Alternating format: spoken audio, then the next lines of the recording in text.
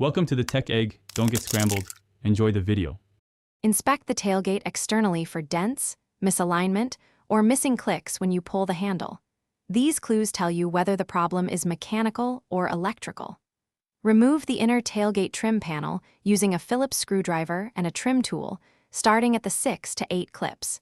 Check the tailgate cable and latch actuator visually for frays or loose connections, and verify electrical power at the actuator with a 12V test probe if the latch is not responding.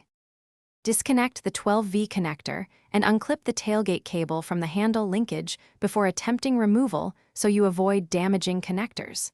Support the latch from inside the tailgate, then unfasten the 3 10mm bolts holding the latch assembly. Keep track of clips and the rubber seal.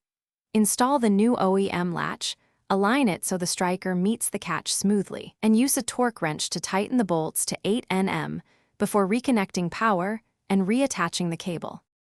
Apply white lithium grease to the latch contact points and spray 1 short pump of lubricant on the striker to reduce wear and corrosion. Wipe excess with a cloth.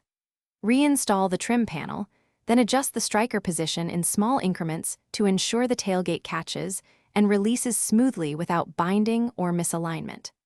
Operate the tailgate 10 times, test the lock and release with the handle and key fob, and confirm consistent operation before returning the vehicle to service.